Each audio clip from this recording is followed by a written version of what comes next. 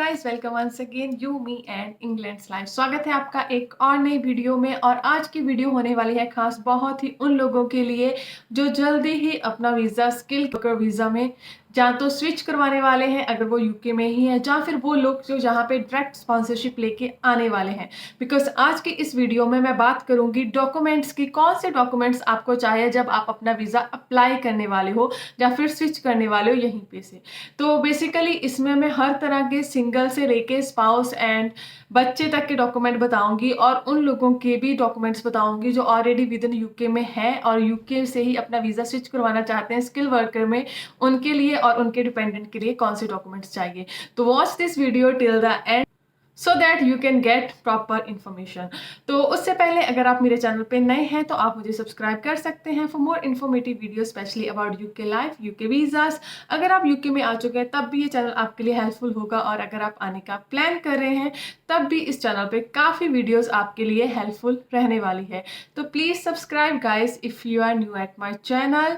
तो जल्दी से जो सब्सक्राइब बटन है उसे प्रेस कर दो और साथ में बेल आइकन को भी। तो स्टार्ट करते हैं आज की वीडियो। जो सबसे पहले मैं बात करूंगी उन लोगों की जो ऑलरेडी यूके में है एंड वो अपना वीज़ा स्विच करवाने वाले हैं फ्रॉम स्टूडेंट वीज़ा या फिर किसी और वीज़ा कैटेगरी में से स्किल वर्कर में या फिर हेल्थ केयर वर्कर में। तो पहले मैं मेन एप्लीकेंट की बात करूंगी। प्रॉबेबली जो हो सकता है कि यहाँ पे स्टूडेंट ही हो, कोई भी हो सकता है, डिपेंडेंट भी, बट जो भी मेन एप्लीकेंट है पहले मैं उसके बारे में बात करूंगी। तो अगर तो मेन एप्लीकेंट स्टूडेंट है देन फर्स्ट जो मोस्ट इंपॉर्टेंट डॉक्यूमेंट होता है वो तो ऑफ कोर्स है लेटर ऑफ स्पॉन्सरशिप, जो कि आपकी कंपनी आपको प्रोवाइड करेगी। उसके बाद जो सेकंड मोस्ट इंपॉर्टेंट डॉक्यूमेंट होता है इंग्लिश की रिक्वायरमेंट को फुलफिल करने के लिए B1 आइल्स हो सकती है। अगर आपने वो नहीं देनी और आपकी जो प्रीवियस डिग्री थी वो इंग्लिश में थी, देन आप नैरिक के थ्रू उसे कन्वर्ट करवा के उसका सर्टिफिकेट दे सकते हो। एंड अगर आप नैरिक का सर्टिफिकेट देते हो देन उसके सपोर्टिव डॉक्यूमेंट में साथ में आपको देना पड़ेगा मीडियम ऑफ इंस्ट्रक्शन, जो कि आपको अपने प्रीवियस जो भी आपका इंस्टीट्यूट था एजुकेशनल उससे लेना पड़ेगा। थर्ड सिचुएशन में आप क्या कर सकते हो, अगर आपने ऑलरेडी अपनी स्टडी यहाँ से कंप्लीट कर ली हुई है देन आप उसे भी as a English proof submit करवा सकते हो। उस केस में आपको कोई और डॉक्यूमेंट देने की जरूरत नहीं पड़ेगी। तो अगर आप अपनी विद इन स्टडी ही ये वीज़ा कन्वर्ट करवा रहे हो तो यूनिवर्सिटी का जो स्टेटस लेटर है वो आपको सबमिट करना पड़ेगा। इसके बाद जो नेक्स्ट डॉक्यूमेंट है वो है आपकी एम्प्लॉयमेंट की हिस्ट्री। आपने जो भी प्रीवियस जॉब करी है, अगर सेम फील्ड में करी है, जब से आपने स्टार्ट करी है तब से लेके अब तक की सैलरी स्लिप्स, जॉब लेटर, अगर आप सेम जगह से स्पॉन्सरशिप ले रहे हो तो वो आपको प्रोवाइड करवाना पड़ेगा। एंड उसके साथ ही आपको लास्ट 6 मंथ की अपनी बैंक स्टेटमेंट देनी पड़ेगी एंड अपनी salary slip as a supportive document भी आप इसमें सबमिट करवा सकते हो। ये तो एम्प्लॉयमेंट के साथ मिलते जुलते डॉक्यूमेंट हुए। Next document is address proof. Address proof में आप अपने कोई भी घर का एग्रीमेंट अगर वो आपके नाम पे है उसे दे सकते हो। उसके अलावा आप दे सकते हो कोई भी ऐसा लेटर जिस पे आपका नेम एंड आपका एड्रेस मेंशन हो। वो डॉक्टर का लेटर हो सकता है या फिर कोई बिल वगैरह कुछ भी हो सकता है जिस पे आपका नेम एंड एड्रेस मेंशन हो, वो आप सबमिट करवा सकते हो। तो बेसिकली इतने ही डॉक्यूमेंट्स हैं जो आपको चाहिए एज ए मेन एप्लीकेंट। अगर अब आपके साथ आपके डिपेंडेंट हैं तो उनके लिए कौन से डॉक्यूमेंट चाहिए, तो उनके लिए ऑफकोर्स जो 2 मेन डॉक्यूमेंट है, scan copy of passport and scan copy of BRB, वो तो सबमिट करना ही पड़ेगा। उसके बाद उन्हें अपना देना पड़ेगा लास्ट 6 मंथ की बैंक स्टेटमेंट। इसमें मैटर नहीं करता कि आपके अकाउंट में कितनी मनी है कितनी नहीं है, बट येस आपको लास्ट 6 मंथ की बैंक स्टेटमेंट सबमिट करनी पड़ती है। देन इसके बाद अपना जो उनका NI नंबर है वो उन्हें सबमिट करना पड़ेगा। And most important thing address proof. Address proof में बेसिकली आपका और उनका एड्रेस सेम होना चाहिए एंड जो एड्रेस में डॉक्यूमेंट है वो भी सेम हो सकते हैं। लाइक अगर तो कोई घर का एग्रीमेंट है वो, या फिर कोई बिल, या फिर कोई डॉक्टर का लेटर वगैरह आप उसे सबमिट करवा सकते हो एज ए एड्रेस प्रूफ। बस आपका और मेन एप्लीकेंट का जो एड्रेस है वो सेम रहेगा इसमें। तो ये तो हुए बेसिकली डिपेंडेंट्स के डॉक्यूमेंट। तो इसके बाद मैं बात करूंगी उन लोगों की जो यहाँ पे डायरेक्टली स्पॉन्सरशिप लेके आने वाले हैं, उनको कौन से डॉक्यूमेंट सबमिट करवाने पड़ेंगे। तो अगर आप स्पॉन्सरशिप वीज़ा पे आ रहे हो देन कुछ डॉक्यूमेंट्स आपके चेंज हो गए यहाँ ऑफ कोर्स, तो वो मैं आपको अब बता देती हूँ। फर्स्ट है वो तो ऑफ कोर्स रहेगा आपकी scan copy of passport and बाद लेटर ऑफ स्पॉन्सरशिप जो इम्पोर्टेंट है। इसके बाद जो इम्पॉर्टेंट है वो है आपकी इंग्लिश की रिक्वायरमेंट। इसमें आपके पास 3 नहीं सिर्फ 2 ही ऑप्शन है, फर्स्ट ऑफ कोर्स है NARIC। अगर आपने अपनी जो प्रीवियस एजुकेशन है वो इंग्लिश मीडियम में करी हुई है तो आप उसे दे सकते हो, उसे NARIC के थ्रू कन्वर्ट करवा सकते हो।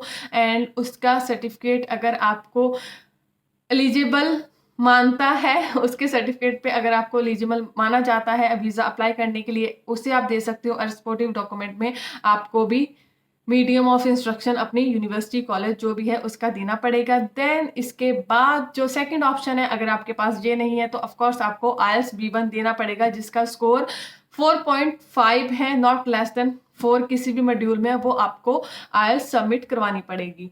उसके बाद जो नेक्स्ट डॉक्यूमेंट है आपके लिए वो है आपका मेडिकल। अगर आप यूके से बाहर हो तो आपको मेडिकल करवाना पड़ता है। बेसिकली यूके के मेडिकल में सिर्फ आपका TB टेस्ट होगा जो कि आपको वीज़ा के टाइम पे सबमिट करना पड़ेगा।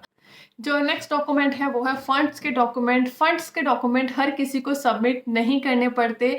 इसमें एक केस होता है, अगर तो आपके एम्प्लॉयर जब आपका फॉर्म फिल करते हैं लेटर ऑफ स्पॉन्सरशिप के लिए, सर्टिफिकेट ऑफ स्पॉन्सरशिप के लिए, तब उनके पास ऑप्शन आता है कि आपको वो यहाँ पे आके इनिशियल सेटलमेंट में सपोर्ट करेंगे। उस केस में आपको फंड शो नहीं करने पड़ते। अगर इन केस वो इस पे टिक नहीं करते देन आपको 1200 समथिंग फंड शो करने पड़ते हैं जो कि 28 डेज पुराने होने चाहिए आपके अकाउंट में, या फिर आपके स्पाउस के अकाउंट में, आपका ज्वाइंट अकाउंट भी हो सकता है। एंड इसमें आपको 2 डॉक्यूमेंट सबमिट करने पड़ेंगे, बैंक स्टेटमेंट एंड इसके साथ ही बैंक से सर्टिफिकेट भी आपको लेना पड़ेगा कंफर्मेशन का। तो ये फंड्स के डॉक्यूमेंट आपको चाहिए इन केस अगर आपकी कंपनी आपको इनिशियल सेटलमेंट में अगर आपको सपोर्ट नहीं करती देन। तो यही बेसिक से डॉक्यूमेंट्स है जो आपको सबमिट करने पड़ेंगे, इतने ज़्यादा डॉक्यूमेंट्स नहीं होते। अब मैं डिपेंडेंट की बात करूंगी। जो डिपेंडेंट आ रहे हैं उनके लिए जो मेन डॉक्यूमेंट होगा वो होगा ऑफ कोर्स पासपोर्ट की स्कैन कॉपी, तो उन्हें सबमिट करवानी ही पड़ेगी। उसके बाद जो आपका लेटर ऑफ स्पॉन्सरशिप है, सर्टिफिकेट ऑफ स्पॉन्सरशिप है, वो उनके साथ भी यूज़ होगा। देन उसके बाद जो इम्पॉर्टेंट होता है मैरिज सर्टिफिकेट, वो आपको सबमिट करना पड़ेगा फॉर स्पाउस अगर आप इंडिया से आने वाले हो। देन इसके बाद जो नेक्स्ट डॉक्यूमेंट है उनको भी अपना मेडिकल सर्टिफिकेट देना पड़ेगा। अगर आप किसी ऐसी कंट्री से ट्रैवल कर रहे हो यहाँ पे मेडिकल देना कंपलसरी है, तो बेसिकली TB का टेस्ट ही होगा वो भी। फंड्स फॉर डिपेंडेंट, अगर आपकी कंपनी आपके टिक नहीं करती वो इनिशियल सेटलमेंट सपोर्ट वाला, तो अगर आपका स्पाउस या फिर बच्चे आपके साथ आ रहे हैं देन उनका भी फंड आपको शो करना पड़ेगा। तो बेसिकली जो डिपेंडेंट है, जो आपका मेन स्पाउस है, जो उसके फंड का अमाउंट होता है वो होता है 285 पाउंड और इंडिया के कुछ अराउंड 30,000 बनेगा। और जो आपके डिपेंडेंट है, आपके डिपेंडेंट एज ए बच्चे आ रहे हैं आपके साथ, अगर आप अपने बच्चों को लाने वाले हो, अगर आपका सिंगल बच्चा है तो उसका जो अमाउंट होता है 315 होता है। और अगर दोनों को टोटल करा जाए तो अराउंड 600 बनेगा। तो 60,000 समथिंग फंड जो आपको आपके डिपेंडेंट एंड बच्चे का शो करना पड़ेगा। बट अगर आपका एक से ज़्यादा बच्चे हैं तो एडिशनल 200 हर बच्चे के उसमें ऐड होते जाएंगे। अगर आप 2 बच्चे लाने वाले हो तो जो आपका फंड्स का अमाउंट होगा आपके हस्बैंड एंड 2 बच्चों का वो 800 बनेगा, करीब 80,000 बनेगा। तो इतने ज़्यादा फंड आपको शो नहीं करने पड़ते इस वीज़ा कैटेगरी के लिए। अगर आपकी कंपनी आपके लिए वो जो कॉलम है वो अगर आपके लिए नहीं टिक करती तो आपको ये अमाउंट शो करना पड़ेगा अपने पार्टनर के लिए भी। तो ये किसी के अकाउंट में भी हो सकता है, जैसे मैंने पहले ही बोला, आपके अकाउंट में, आपके पार्टनर के अकाउंट में, आप दोनों के ज्वाइंट अकाउंट में भी। और बच्चों के डॉक्यूमेंट में भी इतने ज़्यादा डॉक्यूमेंट नहीं होते। पासपोर्ट तो ऑफ कोर्स होगा ही, उसके अलावा जो डॉक्यूमेंट शो करें कि उसकी आपके साथ क्या रिलेशनशिप है, उसका बर्थ सर्टिफिकेट जिस पे आपके और आपके स्पाउस का नाम है वो आपको सबमिट करना पड़ेगा। तो इतने ज़्यादा डॉक्यूमेंट नहीं है इस वीज़ा कैटेगरी।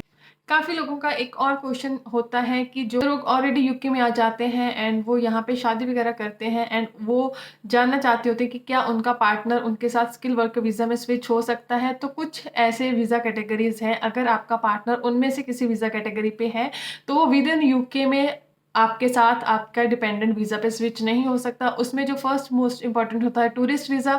अगर आपका पार्टनर यहाँ पे टूरिस्ट वीज़े पे आए हैं तो वो आपके साथ as a dependent skill worker visa पे स्विच नहीं हो सकते जब तक कि वो आपकी कंट्री में बैक नहीं जाते। वहाँ से उन्हें वीज़ा लगवा के फिर से यहाँ पे आना पड़ेगा। उसके बाद सेम जो शॉर्ट टर्म वीज़ा होते हैं, सीजनल वीज़ा होते हैं, उसमें या फिर जो शॉर्ट टर्म स्टडी वीज़ास होते हैं उसमें भी अगर आपके डिपेंडेंट हैं देन वो आपके स्किल वर्कर में डिपेंडेंट नहीं बन सकते। आपके डिपेंडेंट यहाँ पे इमिग्रेशन बेल पे नहीं रहते होने चाहिए। इन सारे केसेस में आप किसी और वीज़ा से अपने डिपेंडेंट को स्किल वर्कर वीज़ा में स्विच नहीं करवा सकते। अब जो इनसाइड यूके से ही स्विच करवाते हैं अपना वीज़ा, उनमें से काफ़ी लोगों का एक डाउट होता है कि क्या हमें बायोमेट्रिक के लिए जाना चाहिए या फिर ऐप के थ्रू घर पे बैठ के ही स्कैन करके अप्लाई कर देना चाहिए। तो इसमें कोई भी प्रॉब्लम नहीं होती। अगर आप घर से बैठ के जो यूकेवीआई का ऐप है उसे इंस्टॉल करके अपना बीआरपी उसमें वो रीड होता है, अगर आप वो करते हो एंड उसके बाद अपने आइडेंटिटी के लिए अपने फिंगरप्रिंट्स एंड आपका फेस स्कैन होगा, अगर वो आप कर भी लेते हो तब भी कोई प्रॉब्लम नहीं होती। उससे आपके वीज़ा के स्टेटस में या फिर वीज़ा के रिजल्ट में कोई प्रॉब्लम नहीं आएगी और वो मोर कन्वीनियंट होगा एज़ कम्पेयर टू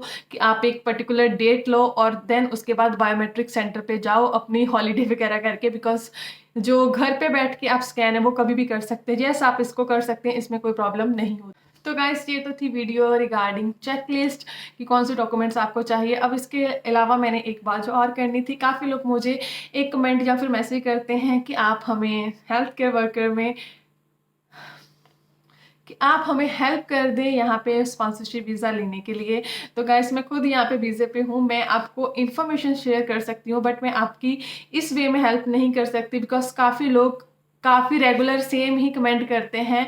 तो गाइज मैं इन्फॉर्मेशन शेयर कर सकती हूँ ज़्यादा से ज़्यादा। मैं आपको कंपनीज़ के बारे में अगर कोई वैकेंसी आती है और मुझे पता चलता है तो वो मैं पोस्ट कर सकती हूँ इंस्टा वगैरह पे। इसके अलावा तो स्पॉन्सरशिप तो आपको खुद ही ढूंढनी पड़ेगी ना, मुझे कोई ऐसा कंसल्टेंट पता है जो आपके लिए स्पॉन्सरशिप आपको दिलवा दे, और मैं भी आपकी ज़्यादा इसमें हेल्प कर नहीं पाऊँगी।